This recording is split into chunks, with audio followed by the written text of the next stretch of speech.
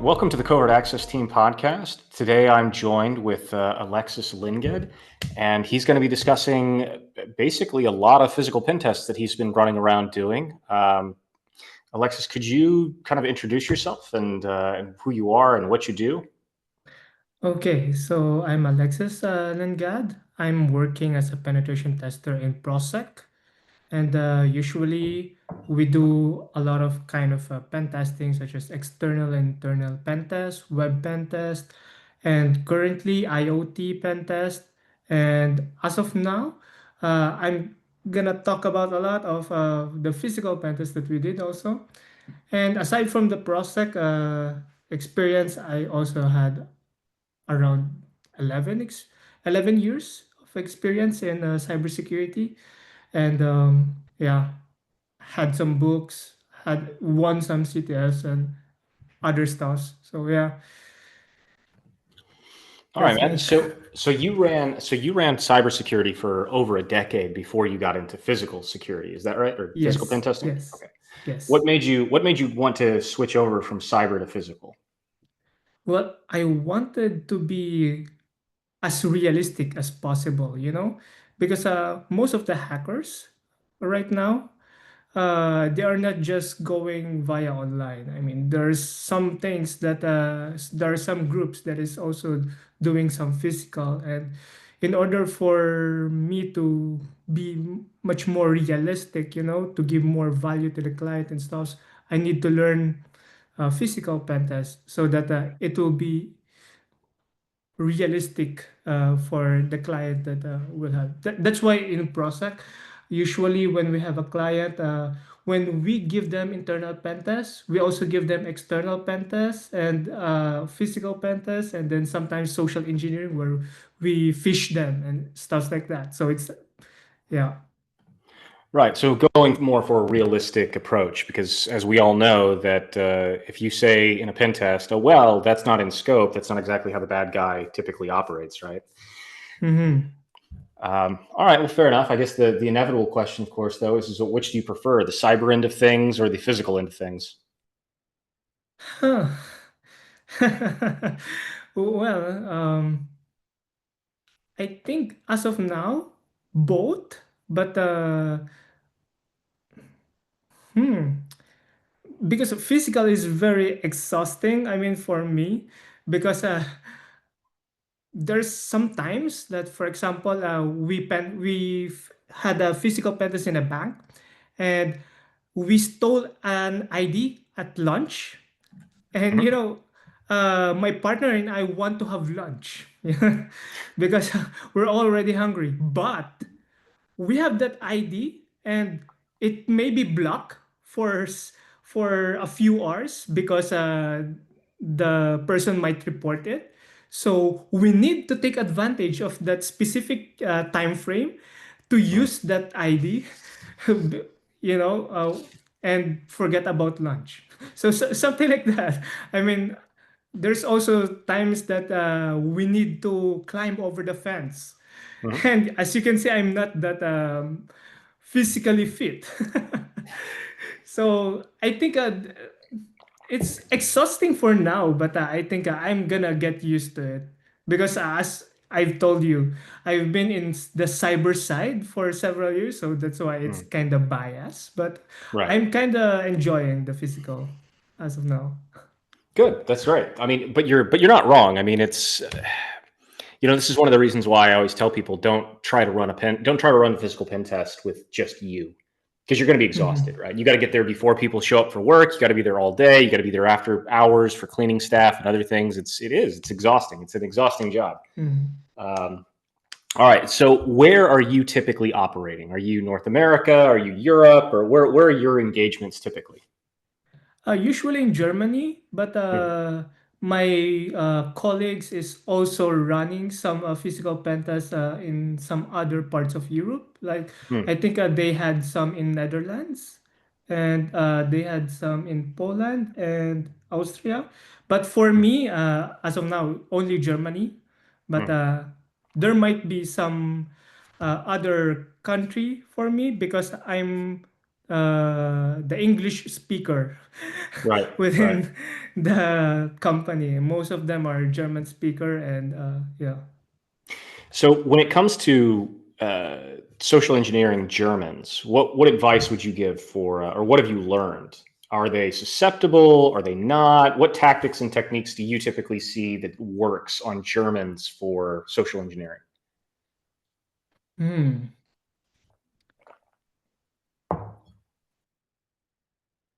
Well, I think one of the most uh, most trait that I am seeing for Germans is they don't care that much about you.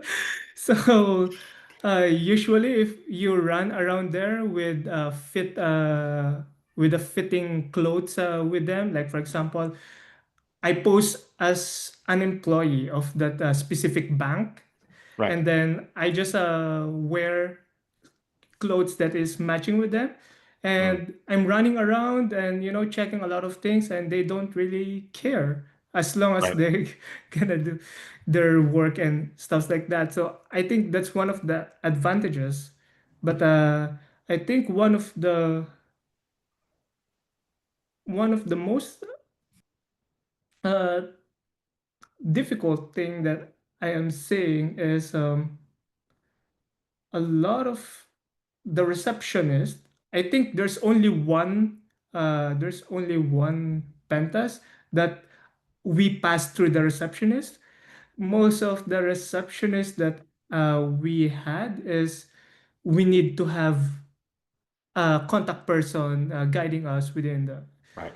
and yeah, I think that's always the case. So we result to going to the back door or the other entries within the company. So yeah, I think that's the pattern that I'm seeing, but let's see, because yeah, So I what will you're have a saying, lot more.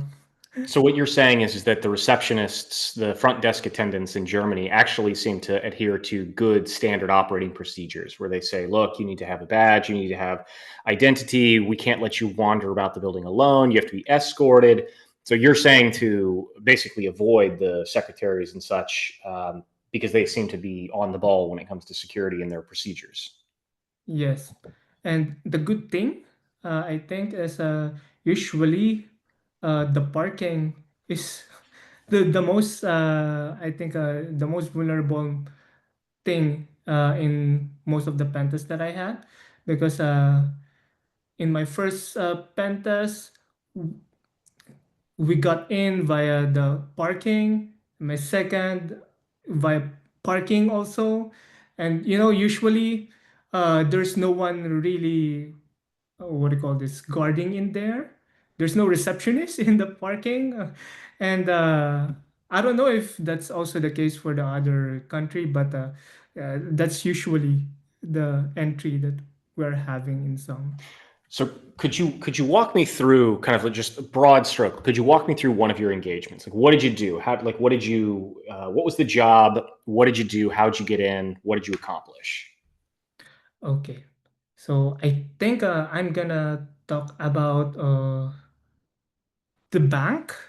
So we had pandas in a bank, and usually they are really, what do you call this, secure, because if you don't have a card, what will happen is even if you go to the door, there's a rotating door, and if you don't have a card, even if you rotate the door, if you don't have a card, it will stop. So you will be trapped. And there in the car garage that they have, if you don't have a card, even if you tailgate, you, there's a need of a card for the next door.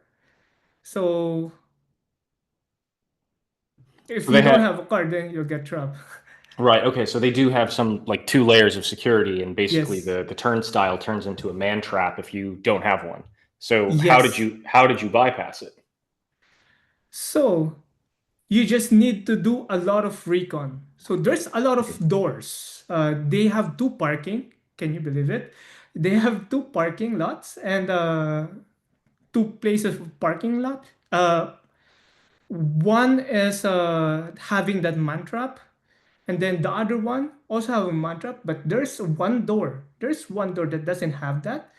And what I did back then is I just go to my shoelace, uh, posing like, I'm fixing my shoelace and stuff like that while waiting for someone to go outside.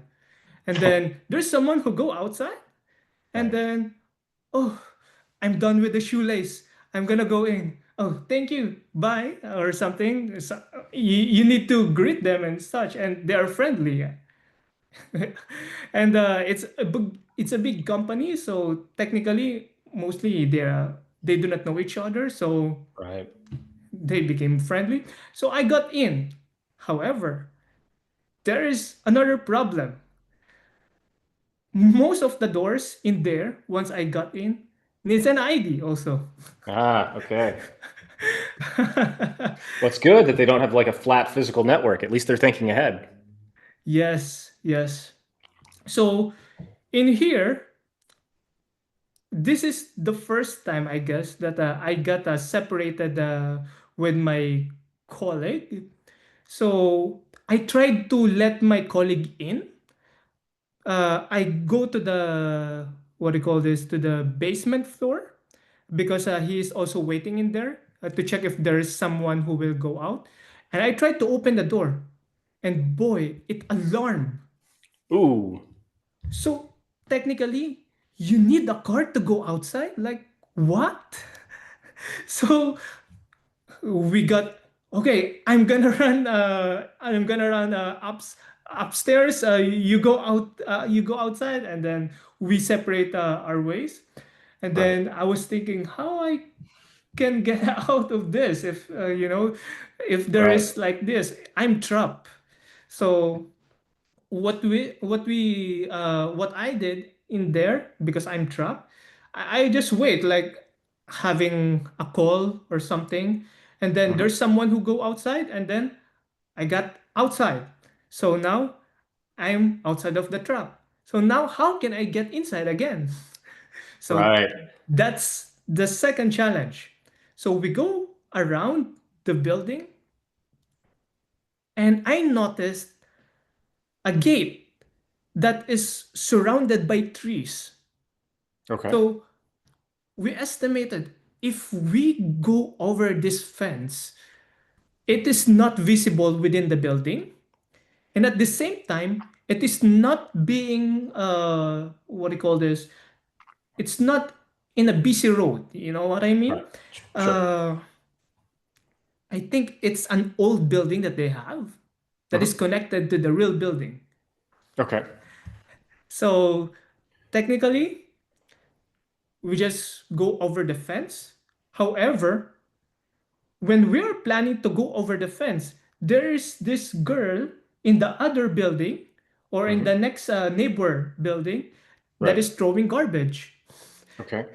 when we want to try. And then luckily, this guy with me who knows how to speak German Hmm. talk to that girl and then help her throw the trash and stuff like that. Like, Yeah, of course. yeah, the connection and stuff. And then when the girl is already inside, we go again. And then my partner already go inside over the fence.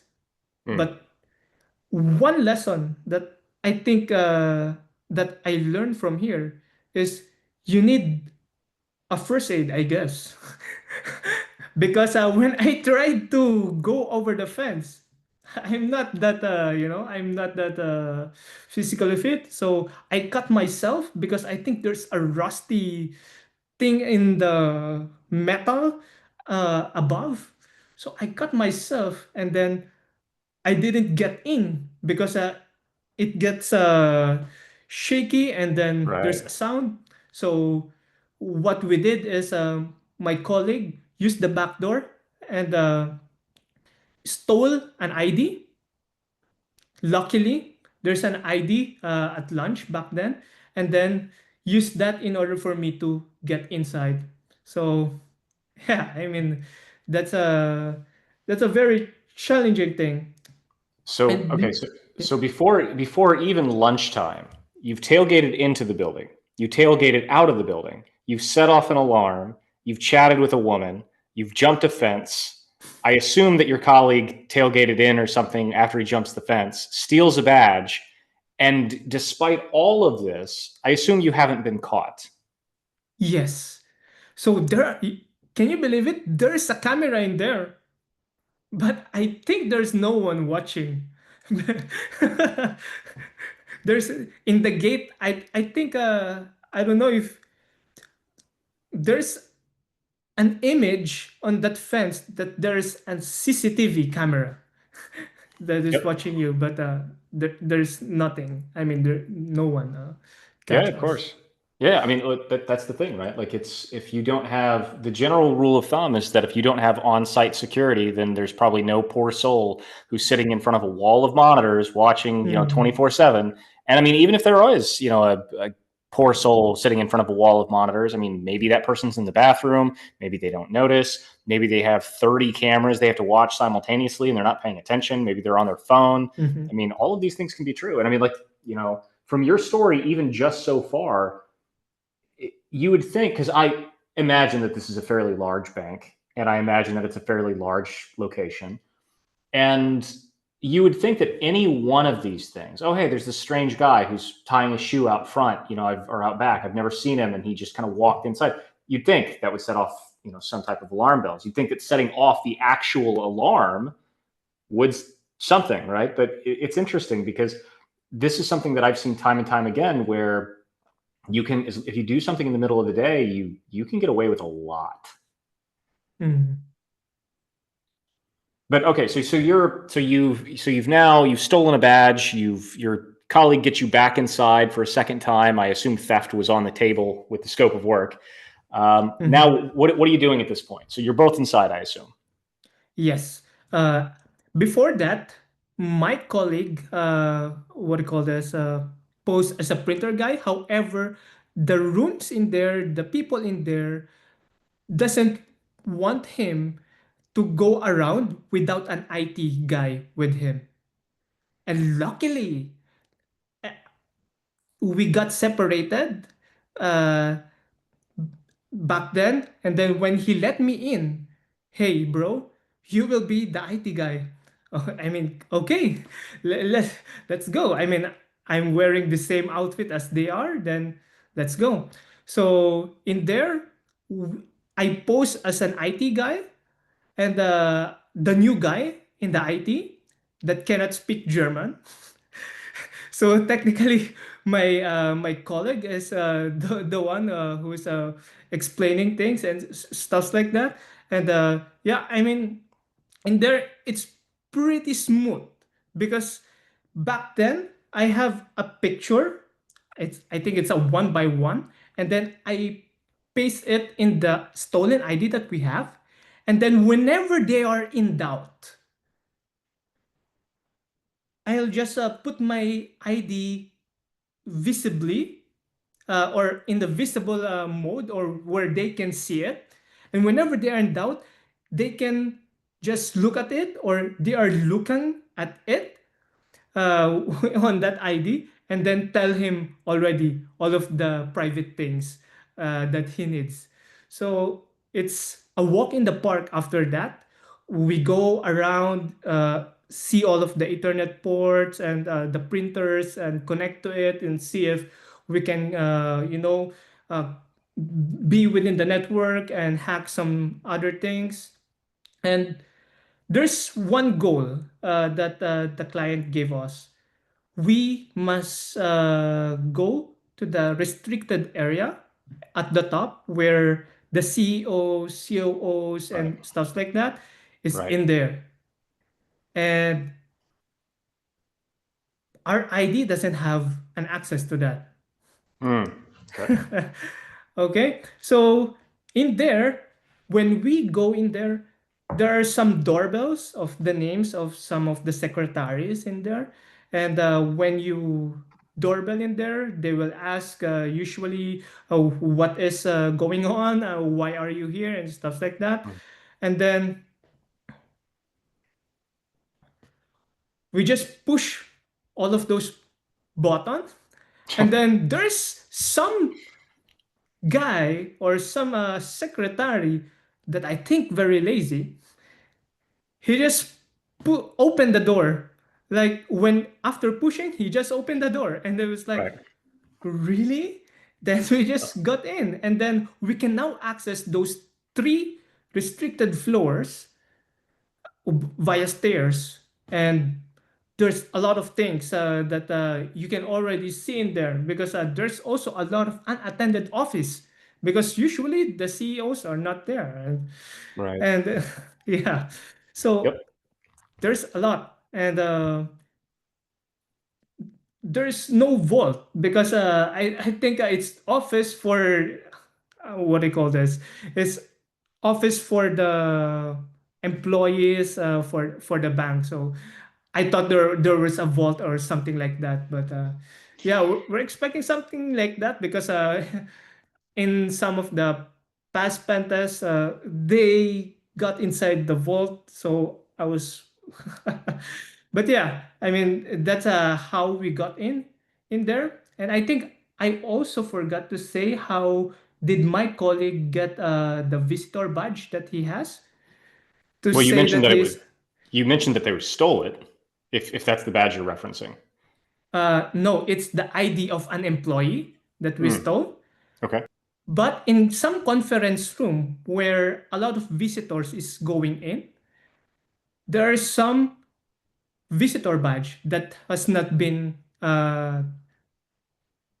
what do you call this, get Returned. back to the, Yeah. yeah, return to the receptionist. So that's also a good thing. So yeah, I mean a lot of So things.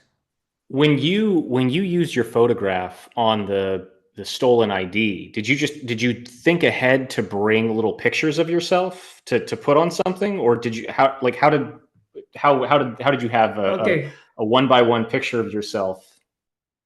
so this is very very unexpected. So the ID that we have is the printer company that we are posing. However, I am an IT guy, so what will I do? I cut it. So we go in a conference room, and luckily there are some what do you call this, scissors and Mhm. other stuff. So I cut my picture in that ID. So I apologize for our IT team that prepared the fake card for that. So I cut it, and then I take a picture of it, and send to my IT to the IT team that, hey, I got it, and then put it in the ID that we have, the bank Mm. ID, and then put it in the cover, so that I don't have Right. to, what do you call this? I don't have to paste it or Right. glue it or something like that. Right. Hmm. So it looks like that, and then I just did some osint on this guy who I am posing, Right. so that you know I will what do you call this? Usually I will avoid that department as Yeah, yeah, of course, of course. So was your team size on this engagement just two then? Yes, yes, Okay. just two. Yeah. So back then, it's always one, but as of now, uh, we want to bring two, because sometimes if someone gets burned in the main entrance, then at least the other guy can still do the back door and other entries. Yeah, of course. I mean, doing these engagements single handedly is really tough. It's a really Yes. really tough job. And like you said, I mean, you can't mess up, right? There's zero room for error because if the team Mm-hmm. size is just you, then you can't screw this up. Mm-hmm. Were you able to get any kind of persistence? So after you got inside and you had the badge and everything else, Yes. did you have to do everything in one go, or were you able to come back later?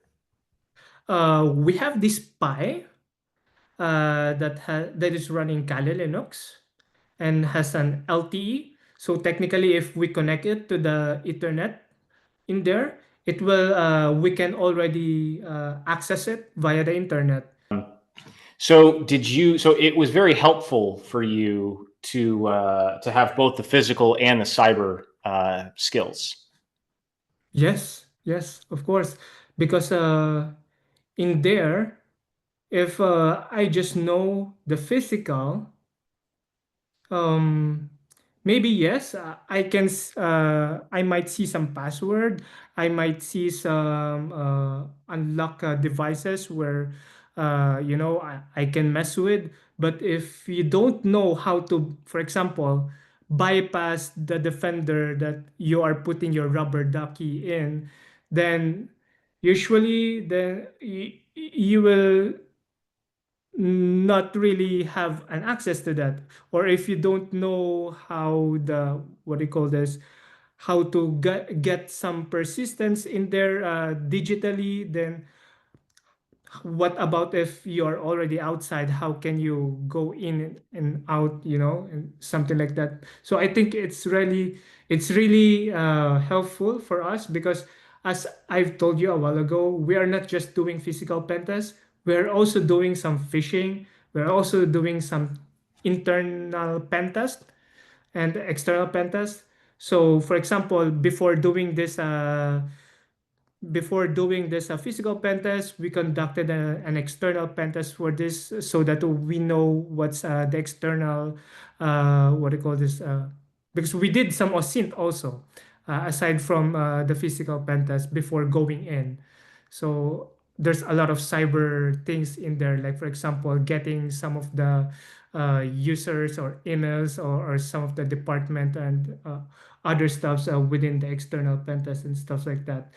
And yeah, I mean in the fishing also, I mean it it will also give us idea how to fish these guys because when we are inside, then yeah, there will be a lot of information. So yeah. So after you did the debrief with the client, assuming that you've done the debrief with the client, did the defenders in any way, did they ever notice you? Did anybody say like, oh yeah, we caught you on camera or anything like that? Uh when we are in the restricted floor, there is this secretary that contacted the CISO or some IT guy, and then the CISO was uh, our contact was also contacted. That is there some printer guys really that will check out today and stuff like that, and then they say no. That's why that secretary didn't push the button to open the door. But Ah, yeah. very good. So there But are you did, some marks. but did that get you caught? No, no one really uh invest some time to, Right. who are those See, guys? yeah, yeah. So this is the interesting part because so far you've told me that the secretaries have done the right thing at least twice, right? You said that secretaries in Germany usually have pretty good standard operating procedures where they won't let you in without an escort. You have to have paperwork and documentation, and you have to be on the checklist and all that kind of stuff, which is good. And then here you said that when you showed up and hey, I'm a printer guy, they literally called the chain of command and said, is this person legit? And they said no, they're not legit. But then there was no follow up. So an interesting question would be, what did you recommend to the company to Mhm. fix that? Well, if there is some suspicious guy, then they must investigate who is it. Check the CCTVs or go to the premises where those guys went or something like that, I guess. Because if there's some people like that who did that when we are there, then we're burned, I guess. So Yep. yeah. Yeah, I mean that's perfect. That'll be that'll be a nice test for your escape clause at that point of coming in and being Yeah. like, all right, how do we get out of this? So were you able at the end of the day? It sounds like you were able to accomplish everything the client set out for you, though. Yes. However, we have our internal, what do you call this, internal goal also, uh, because a lot of the Ethernet ports that we saw in there has NAC, and what happened is, even though we get inside, we cannot connect to the domain controller and stuff like that. Only in the guest network, even if we what do you call this? We change our MAC address and so on. I mean, still there's a lot of security still within the Ethernet ports, and because usually what we are doing when we do physical pen tests, we also try to get domain admin within their domain uh, environment or their AD environment, so that we can get access to every machines that they have within the building and stuff like that. So yeah, I mean, that's just the internal, but for the client, yes, going to the restricted area, going inside, not getting caught, and escaping, and you know, checking some of the vulnerabilities of some of the securities that they have. So yeah, I mean, I think yeah, we had a lot of or we finished what the client is asking us. Yeah. So how long did you have on this engagement? Usually we only have 1 day for Wow. per client. Wow, that is a short engagement, man. That's rough. Really? Because that's also one of the questions I have with them, because when I have your training, uh, there's a lot of time for recon. We have 5 days, Mhm. I guess, in Yep. the Mhm. CAT training and stuff like that. And here it's like 1 day. Like, are you kidding me? Like, Yep. and when I asked them, how did they do it? It's like, oh, it's just impromptu. Let's just get in and see, or let's get go around and see where we get in and stuff like that. But yeah, I mean, it works. But I think before that, we had some OSINT, just so you know. Yeah, but I still though, one day is a like obviously as you know, like one day is rough because that means that you have to do all the OSINT, you have to do all the recon, you have to do your engagement, you have to formulate the plans, you have to do the social engineering. All of that has to be done in one day, and that that's Yes. that's really tough. Because what happens if your plan falls apart? Like what happens if in the morning you formulate a plan based on what you see and you say, okay, we're going to do this, and then you go do the thing and it falls apart, and you're like, crap, now we've got to come up with Yeah. something completely different, and we've only got a few Yeah. hours to do it. Yeah, Yeah. that's tricky. So I think one of the greatest thing that I've learned from my colleagues in there is before going inside or before doing anything risky, we go around the building and see what are the possibilities of entry, what are the choices.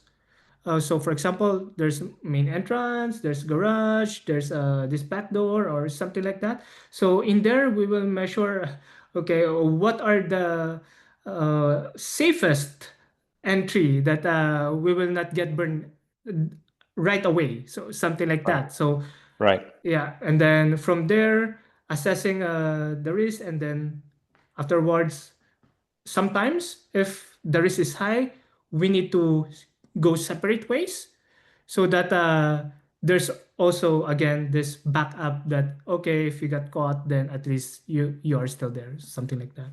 right. Well, I mean, that's given the fact that you only have one day to do the engagement. That's a solid plan.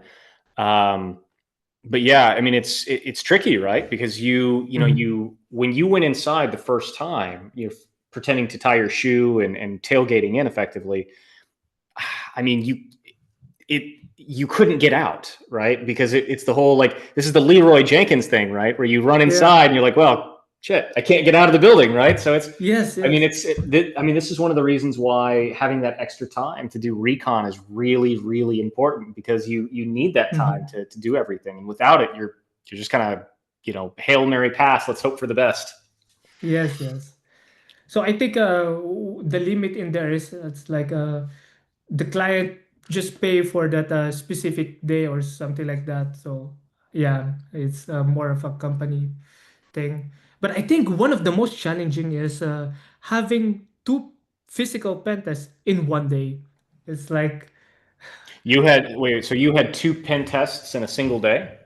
Yes, Okay, so yes, wait. Okay, so walk me through. So you had two physical pen tests in one day. yes. Tell me how that happened. It's supposed to be 2 days, one night and one morning. However, we failed in the night time for the physical we had in Mannheim. So what we did is we retry in the morning, and so we get inside or we do physical petas for this client in Mannheim in the morning, and then in the afternoon drive to Frankfurt to do physical pentas to the client in the Frankfurt. So yeah, I mean it's exhausting, but yeah, it's challenging also. So you said that you failed in the night. What stopped you from getting in? There's this metal door that there's a door, and then there's another metal door that is securing the main door, and we also tried to go to the back door, but it's also secure like that. So um, we are not that experienced in bypassing those kind of metal doors or something like that, so we didn't risk it.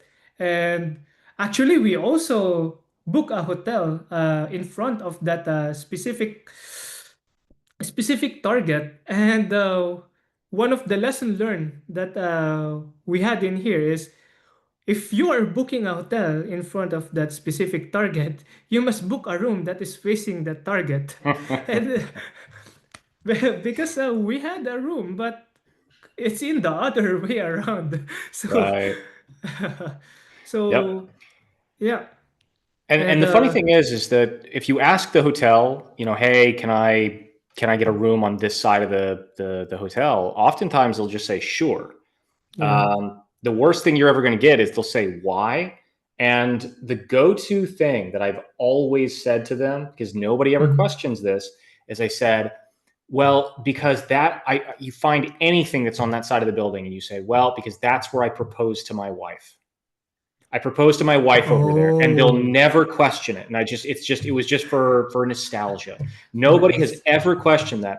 I have quote proposed to my wife in like 100 different places using that excuse all over the world. Nice, It's nice, never failed me. So, but that's nice. my trick for getting a hotel on a specific side of a building. Nice, nice, nice. I'm gonna use that sometime. Yeah. I mean, it's just anything. They don't care typically. But okay, so you got stymied by like I'm assuming it sounds like a rolling shutter, right? Like you got like a storefront kind of thing, like a rolling shutter to stop it. Um, yeah, those can be tricky. There's a guy in the UK. I can send you his in contact information when we're done. He does an entire class on how to bypass these things. Okay. But it's pretty slick. It's fun.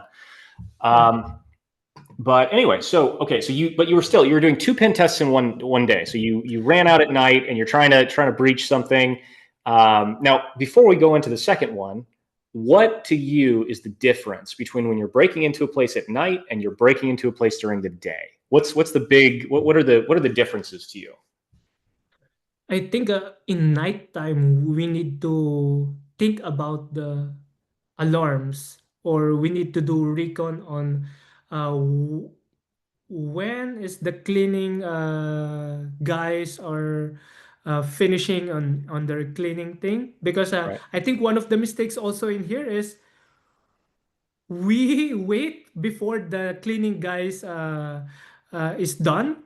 We didn't expect that after the cleaning guys is done in cleaning the area or the building, they will shut down the metal door and stuff like that. So I think one of the lesson learned, okay, I think I can just go there while there is a cleaning time. I think it's around 6 to 8 or something like that. So Hmm. yeah. Yep.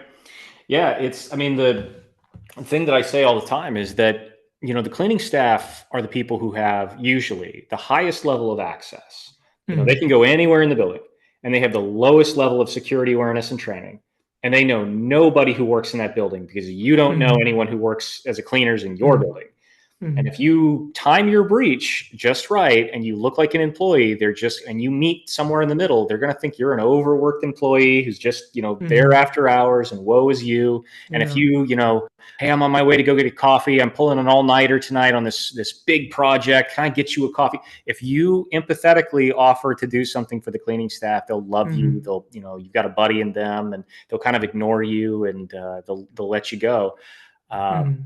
but yeah, because I mean, the first thing the cleaning staff does when they show up after hours is they turn off after they open up the doors, they turn off all the alarms, and Yeah. it's a perfect target. So yeah, targeting them is a good plan. You just have to Yeah. do it at the right moment. Yes, yes. So yeah, that's a lesson learned for me.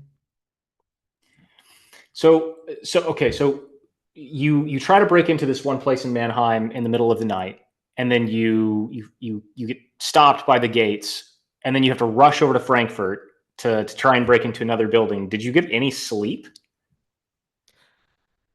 Well, yes, of course. What happened is we did the nighttime physical pentest, but we failed, and then we retry in that Mannheim, the same building, in the morning. Ah, gotcha. Okay, Okay. and that's where we had a success because it's a uh, co-working building, and then there's no lock in the entrance.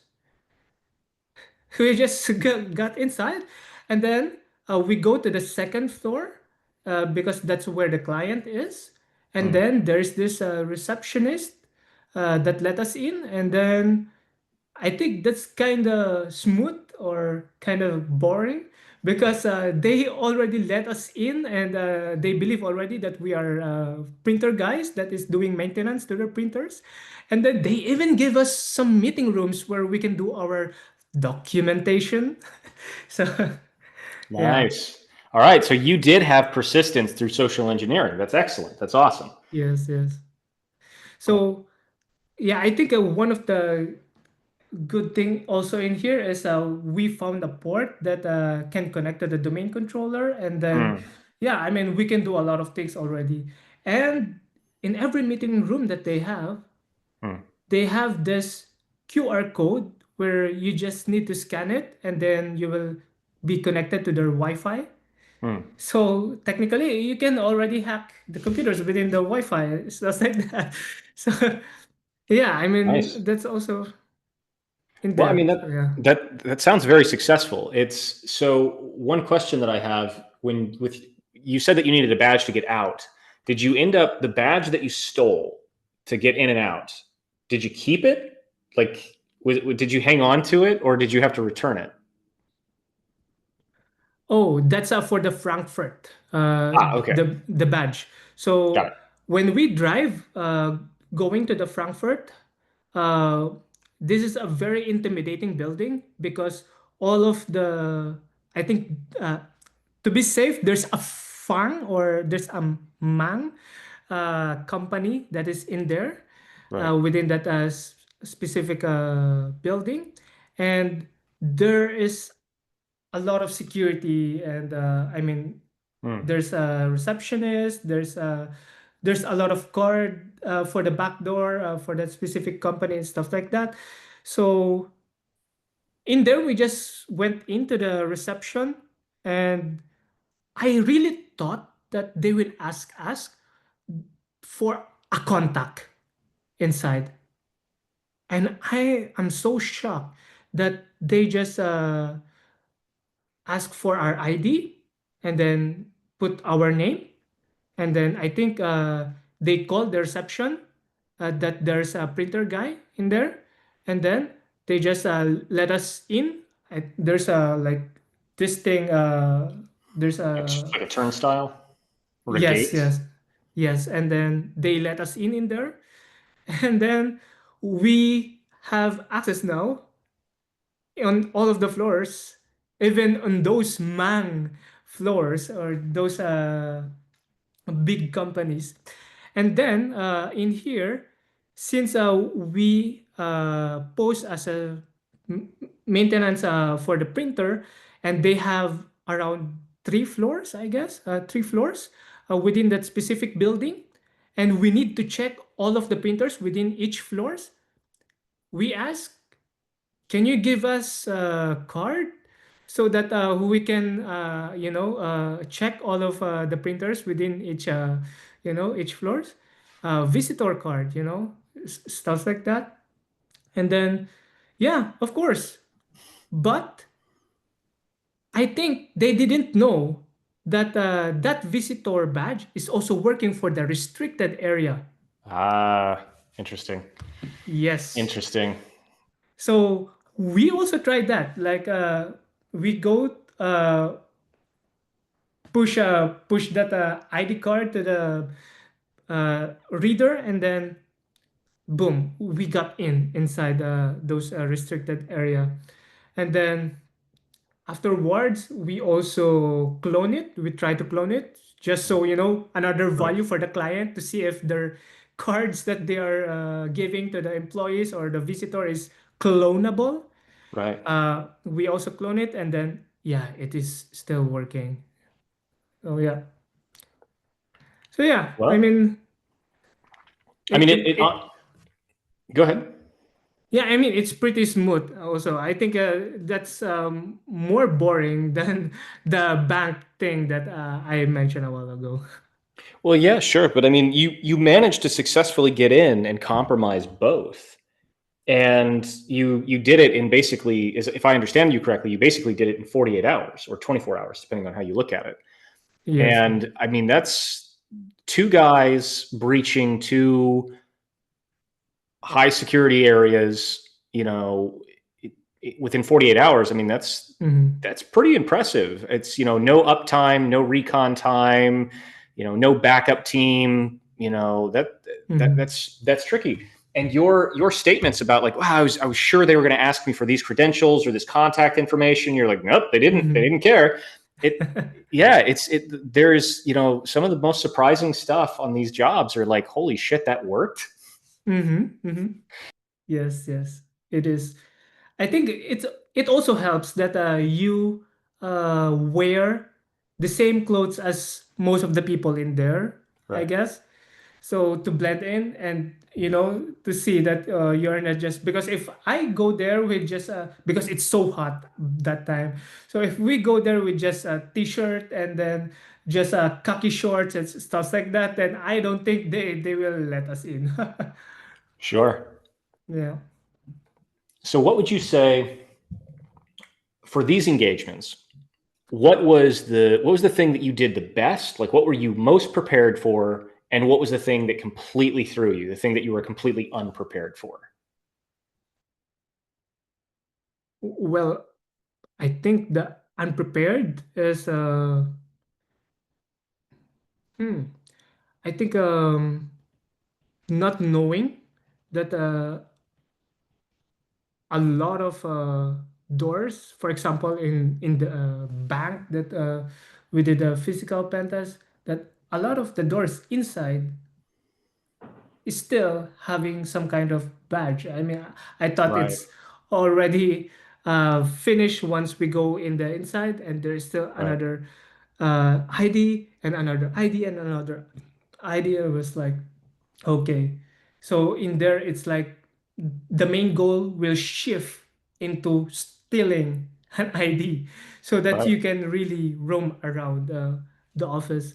So yeah, I think that's also a good thing. And I think one of the things that I regret is not watching some of their videos because they Mhm. have some videos that showed exactly that. Ah, you mean like videos like on LinkedIn, like YouTube, like that kind of video? Yes, Okay. yes. It's like they are having a party within their office, and I was like, Of course. oh, yeah. So yeah, I mean that's one of the things that I'm prepared, and I think the most prepared thing that I have is I think for hmm, I think we really didn't get prepared that much, but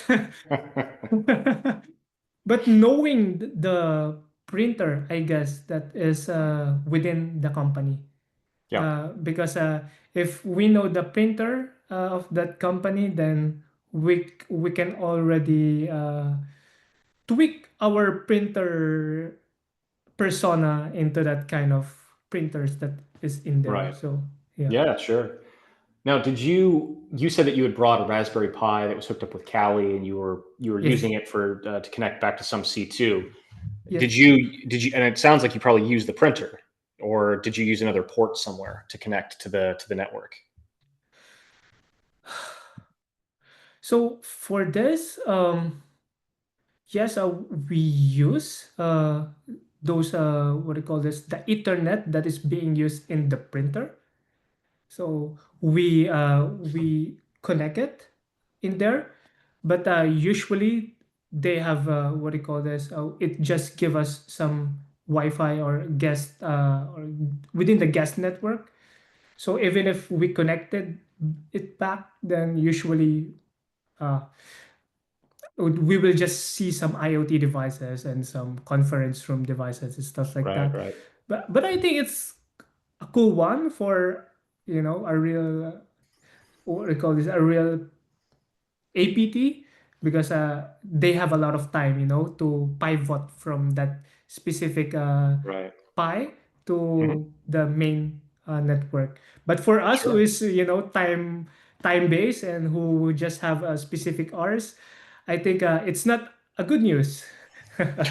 So yeah. Well, I mean, like I said, though, it's not only. I mean, it's not surprising to me because I see Mhm. this all the time.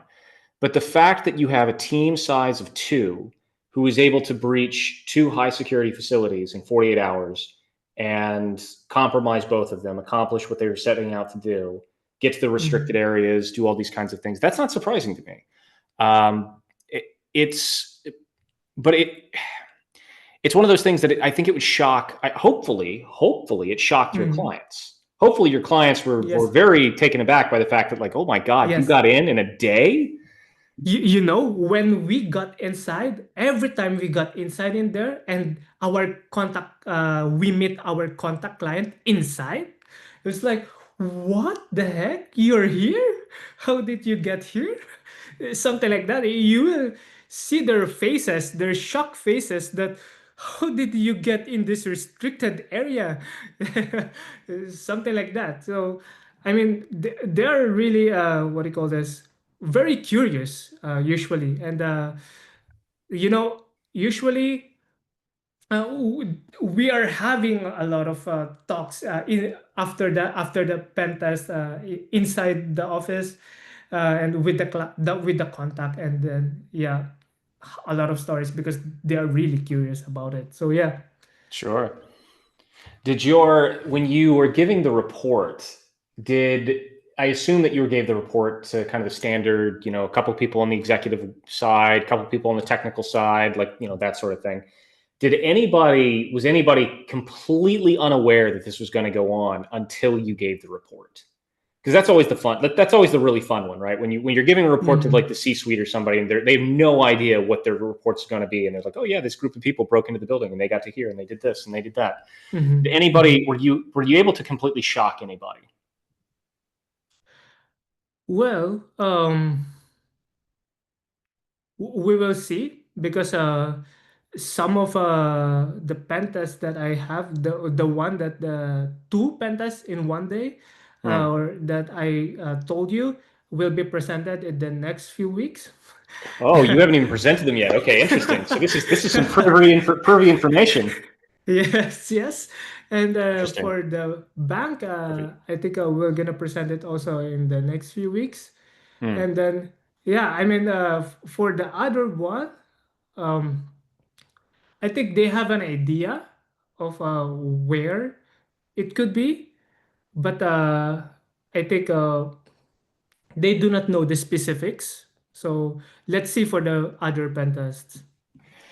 So do you see? So it sounds like you've got a ton of pen tests, like physical pen tests. I mean, you're doing to the point where you're like knocking out two in one day, kind of thing. Do you see this picking up in your area in Germany and in Europe and things like this? Do you see like this service becoming more prevalent? Because you said that you've been doing cyber pen Yeah, testing for 11 years and now you've gotten into yeah. this. Yes, yes. Of course. I think it will be. I think a lot of the people that we have are being trained into a physical pentas more right now.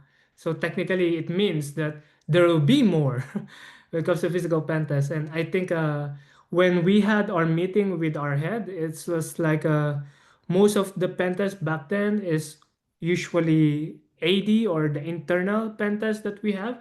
However, right now it's going the physical pentas that we are having right now. And yeah, I mean it keeps on growing because I think there are some compliance that is being brought upon in Europe or in Germany that requires, especially banks, to have some kind of a physical pen Yep. test. Yeah, those, you've got the NIS2, the CER and DORA that all kind of, CER especially, that took over, Yeah. I think October of last year. And yeah, there's a lot of Mm-hmm. requirements there for physical. Mm-hmm. Um, yeah, but that's awesome that you're seeing a lot of, like, a huge uptick in the amount of work. I hope that you're not going to be doing 2 jobs per day indefinitely, because as you know, that's exhausting. Yes, Um, yes. but that's really, really good. What so there's going to be a lot of people. How do you so I know that you went to the cat course and you did the training and stuff, but you Yes. also have a lot of people at your company. So are you now the de facto person who's training all the juniors, or how is that working? How's the No, team getting trained up? no. So I went to your training back then because I was planning to what do you call this? Change companies back then to this Mhm. company that I am now, which is Sure. having physical pen test. And then this December, what do you call this? I changed company into Prosec, and then so basically, I'm 5 months, 5 months, 4 months, so something like that, Mhm. and a lot of physical patterns already. And I mean, in there's a lot of people that is much experience. You know what I mean? When it comes to physical pen tests, where even if they don't do some recon, you know that they will get in because Sure.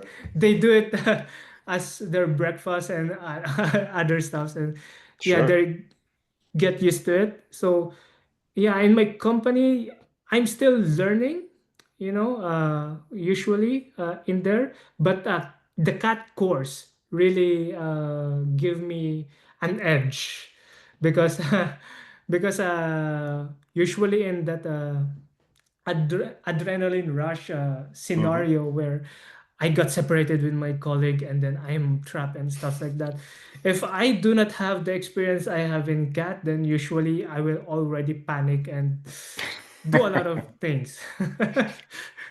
And yeah, I mean, I've learned a lot in the CAT and course, and it gives me some confidence to do some kind of these things. And I think I also give some information or teach some things that they do not usually do. So, for example, I think I've told you back then in the chat that usually we do not do lock picking or Right. something like that because we do Hmm. not find something to lock pick or some Of course. mostly in most of the time because it's digital and stuff. So I got to I think you remember I'm very fascinated with lock picking and with the key Yep. box and stuff like that. Hmm. So Yep. yeah, I teach them how it is working, stuff like that. But yeah, I mean, we didn't use it yet, but let's see. Well, Oh, go I ahead. forgot. The fence that we go over, Hmm. I forgot to bring a lockpick, but if we have a lockpick, then we can just lockpick it and then we can get in. So it, it, That it is. it is Well, still that's how it always is, though, right? Like you always find like I forgot this piece of equipment, or this piece of equipment I had broke, or the batteries ran out, or something, and it's always yeah. how it is. It's one of the reasons why I always recommend, if you have the team size, to have the mule, right? Like the guy who's bringing you your Mm-hmm. stuff back and forth, because you're Mm-hmm. always going to need stuff. You're always going to need to take stuff and bring stuff. But it is funny. I mean, you're not wrong about the lock picking thing. It's Mm-hmm. lock picking has its uses, but it's incredibly obvious if you're standing on a door, an external door, picking a lock. Everybody in the world knows you're not supposed to be there, right? It's really, Yes, really yes, obvious. And unless yes, are a master of lock picking, you're going to be on that lock for a minute or two at least. And for that time, everybody who sees you knows exactly what you're doing, and they're like, "You're not yes. supposed to be here." Yes, yes, it is. Yeah. So how big, you said that you've got a bunch of people now who are helping you out. How big is your team going to be, or is the team now? Well, all of the pen testers right now are doing physical pen tests in the company. So That's awesome. technically, yes, yes. It's like around around 10 people. That's But awesome. usually in a pen test, in one client, there's only two people that is going. That's So fair. I mean, if you've got some experienced people, which you said that these guys are very experienced, if you have really experienced people, a team size of two is often enough, right? It's definitely a small team, and there's very yeah. little room for error. But you can definitely get by with a team size of two. Though I will say that a 1 day engagement, that's rough, man, because you have zero time for a recon. You have zero time for, yeah. That's Mhm. tricky.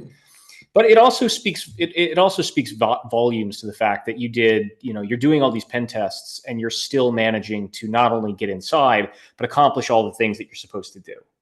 So this inevitably leads me to the question of, what do you recommend to your clients for how do you stop this? Because it sounds like most of these things are abusing human behavior. Yeah. I mean, the receptionist must be educated that if there is some visitors, they must have a contact who contacted them, and because that's how we just get in on some of the pen test. And I think they also, hmm, I think for the badges or the ID, they should not leave it on their table. I mean, Of course. even if they just go to the toilet, I mean, it should be within your pocket or somewhere within your body, if Right, right. ever, because if someone get it, yeah. And another thing, unlock computers. The people should be educated that they should not leave their computer unlocked, because we in my first pen test in an energy company, we managed to stole a device, and we see a lot of things that we should not see within the Interesting. company. So I think it will be a huge blow, because we can also use that specific device to, do internal phishing within the whole company and stuff like that. Gotcha. So yeah, I mean, more of educating the people regarding those kind of threats, and also the ID should not be cloned, I guess. So yeah, I mean, yeah. I think that's one of the common things that I can recommend the clients. Yeah, sure. I mean, all of those things, they're all perfectly reasonable, and they're easily exploitable, right? Clonable badges, that's simple. Tailgating is the most obvious thing Yes, that you should be yes, yes. preventing against, right? Like, um, you mentioned earlier that one of the jobs that you did was it was really hot where you were, which makes sense. You're in Germany, it's summertime. Mhm. All across Germany and all across Europe, you've got those European tilt windows that the Europeans love to leave halfway open all day. I mean, Mhm. that's Mhm. summer's coming, man. Those little Yes. bypass window exploit things. I mean, they're super easy. You can do it real Yeah. fast too. Yeah. Yeah. Um, but yeah, I mean, this is really good to hear, though. I mean, that you guys have so many engagements running. You've got a company size of 10 guys who are running around doing this. You're despite only getting one day to breach buildings, you're still accomplishing what you're setting out to do. So I mean, it does speak volumes that if you guys are being able to do this in one day, what is the FSB or the GRU or any state entity level threats? Like Yes. it Yes. is the argument here like, well, they couldn't possibly do it. It's like, Yes. well, yeah, of course they could, man. I mean, it's like, and I guarantee that Moscow or Beijing is going to give their guys more than one day of like trying to break Yes. into Yes. the banking headquarters or wherever Yeah. else. So it's Yeah. yeah. So probably, I mean, are there any other pen tests that you want to talk about, or is there any other engagements that you've done that you'd like to share before we wrap up? Oh, I think one of the most helpful that can be helpful on my future physical pentas is because I'm the IoT guy in my company as of now. So I'm doing IoT pentest, and usually uh, in the IoT it also includes wireless what do you call this wireless hacking and stuffs. So this alarms, there's what do you call this, a lot of devices that is used for security has these wireless signals.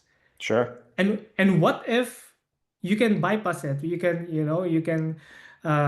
disable it within just by just having an ARP replay or something like that. So uh, it can help in the physical pentas, especially if it is nighttime.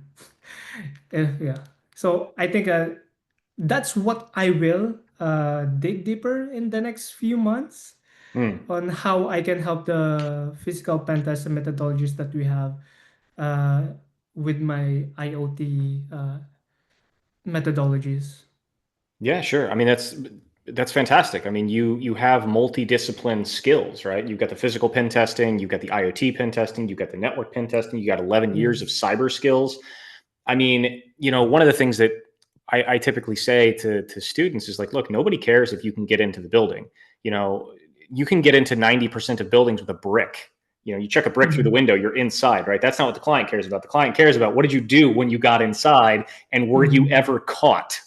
Yes. And so, Yes. if you get into a bank, if you get into an energy company, a power plant, or something else, that's great. You got inside, but then if it's somebody like you who has cyber skills and they Mhm. can hack into the network, they can get the domain controller, they can, whatever it is that they can bug the boardroom, they can do whatever it is. Yeah. That's where the real like, oh crap, like this person did all these other things and we didn't catch them. Yes. I'm a little curious. What was, if you can recall, what was your thought process when you tried to leave the bank and the alarm was going off and you had to run? Did you think you were going to get caught? Did you like freak out? Like what was the thought process there? um, my adrenaline is so high back then. I just run upstairs, and when I saw some people walking, I have to snap myself and you know must be in the normal mode again and just walk normally. And Yeah, yeah, I mean because if I get caught, because I think in my experience as of now, I do not experience yet being burned. So I'm still afraid of being burned. My colleagues is not afraid because they got burned already in their past engagement. But right. for me, it's I'm still a virgin. Yeah. So yeah, I mean that's what happened. I mean, were you surprised you didn't get caught? Were you surprised, like when the alarm was going off, that you didn't get, grabbed by some security guard? Yes, yes. W- w- We're surprised. Yeah. Yeah, that's. Yeah. Well, I mean, the thing is that it's very refreshing to see other people running around doing this kind of work and succeeding at it and getting to have a ton of work. I mean, you guys are having so much work that you're doing two jobs, overlapping. That's really impressive. That's really good. What would you So the people who are listening to this, they're like, okay, I've been working in cybersecurity for 10 years and I want to do what he does. Mhm. What would you recommend to people? So you had to leave to go to another company to do it. Is like, what was your recommendation to the people just like you who are like, I want to get into physical pen testing? How do you do it? Well, first thing that I did is well, to network and to see who are the people who's really doing this kind of thing, like the physical pen test and things that I really wanted to explore, And then from there, you know, once you have this network and connections, and then if ever that there is some opportunities, they will just, just ping you and hey, you're available, you want this and stuff like that, and you'll be amazed if you build your network and stuff like that, and that if they really see that you are talented, you have passion. Even if you're not talented, if you are passionate with it, you're willing to learn, and they can see that you are really doing your best to improve on that specific skills and stuff like that, then I think there will be a lot of companies that will be interested to get you into this kind of thing. And I think the Prosec, who's the company that I am in right now, is one of those companies that uh, put me on this and give me a chance, to shine in the physical pentas thing. And yeah, I'm very thankful for them that they are now, letting me experience a lot of these things because, yeah, I mean, I think there's only a few companies. I don't know. I mean, but for you, are Well, there few here? well, I mean, there's quite a few who are doing it. But There not are so quite much, a right? well, there are a few. The How do I want to say this? I personally know of at least a dozen that I can think of off the top of my head in Europe alone who are doing it. Mm-hmm. Um, but it's it's the frequency that I'm questioning because there's historically it's not for you, like the web app, IoT, internal networking, those types of things. You'd see those all the time, right? But a physical pen test would Mm-hmm. be rare. Yeah. But Yes. in the last 5 months, I have been getting told over and over and over again, ever since these new security standards took effect, that Mm-hmm. more and more and more companies are um, basically mandating it. They're basically doing it. And Mm-hmm. so for me, I work in both the public and the private sector, and it's really fascinating because I get to see which companies are reaching out to which sectors Mm-hmm. for these pen tests and for these Mm-hmm. audits and these engagements. And I think you'd be surprised at how many organizations, how many companies. Let me put it to you like this. So CER, one of the edicts in CER was that any organization in Europe that is considered critical infrastructure or like in critical infrastructure kind of adjacent, um, they have to. In one of the previews that it or purviews that it says is that it says in vague Brussels language that basically you have to increase whatever you're currently doing for cybersecurity, you now have to do for physical security. So if you're doing Mm-hmm. a mandatorily one physical or one cyber pen test a year, now you got to do one physical pen test a year. Okay, that's fine. But when you start thinking of how many entities in any given country there are that are within critical infrastructure, it's like that's roads, that's public transport, that's hospitals, that's government, that's police, that's firefighters, that's water treatment facilities, that's power plants. It's like, and you start realizing like how many hospitals are there in your country, right? There's dozens, it's or maybe Mm-hmm. tons more, and you start realizing how many of these things now have to have pen tests? How many of them have to have audits? That's the thing that I'm getting hit up for a lot, is just the physical security audits of like, look, because companies right now are in this weird, awkward place where you have all these standards that have come out, and the standards aren't really complete yet. But there's a lot of companies that say, well, we are within the critical infrastructure, purview, and we don't want to get hit with Brussels big fines. So can you come and run an audit? Can you come and run X, Y, or Z?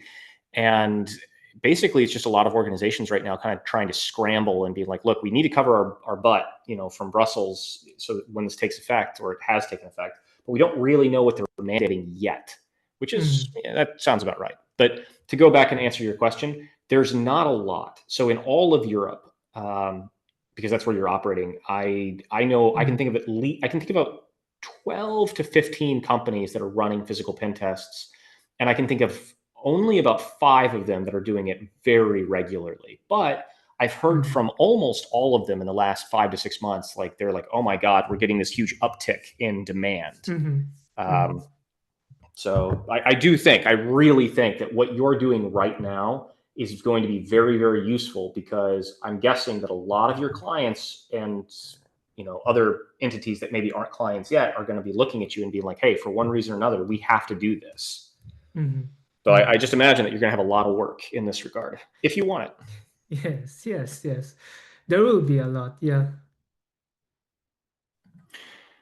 All right, Alexis. So this was, I always enjoy chatting with you. Is there anything else that you'd like to say to anybody before we call it a night? Anybody, getting into physical pen testing, or funny stories, or anything else? Yeah. I mean, I think that's everything for now, but there will be a lot more, I guess. Next time, if ever that I have some funny stories, I will just let you know. But yeah, as of now, I think, yeah, Well, I think that's everything. kind of like what you said earlier about when you basically said, I can't believe that worked. When you tried to get into the building and you thought that they were going to ask for documents and they didn't, Yeah. I imagine that in a few months, after you've run a few more pen tests, you're going to come back and you'll be like, oh my God, I have so many stupid stories, and I can't, and it's all going to boil down to, I can't believe that worked. So I Yes, do hope, that you continue to tell everybody about all the ways that all the things that you say, like, I can't believe that actually worked. yes. Yeah, there will be, I guess, yeah. All right, man. Well, thank you very much for coming on. I really appreciate it. Always enjoy Yeah, chatting with you and hearing your you're stories. welcome. And keep doing the pen test thing, man, because it's the everybody needs it. And like you said, if 2 guys can break into high security facilities in one day with no recon, their security needs some help. Yes, it really is, yeah. All right. Thanks again. Take care, everybody. Bye bye.